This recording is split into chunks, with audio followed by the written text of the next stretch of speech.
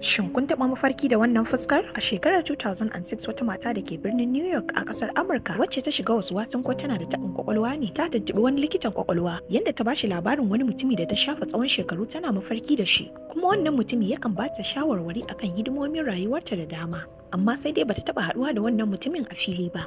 Domin likitan ya ƙure ta sai ya bata wani takarda ya ce ta zana mishi fuskar mutumin idan za ta iya. Ba tare da bata lokaci ba kuma matan ta zana fuskar mutumin tsaf ta miƙa mishi wannan zanen da kuke gani. Likitan ya cika da mamaki yadda da farko ya ɗauka hauka ne kawai yake damunta.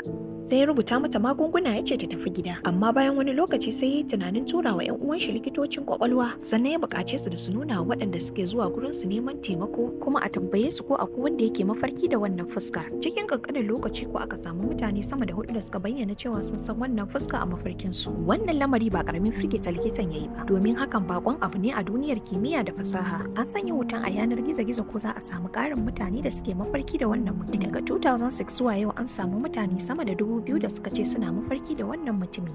An yi ƙoƙarin mai da wannan zane zuwa fuskan ɗan adam domin ganin yaya kamannin mutumin zai kasance a ainihi. Waɗannan su ne abin da aka samu. Sannan suka yi wa mutumin laƙani da this man. Shin ka taɓa ganin wannan mutumi a mafarki?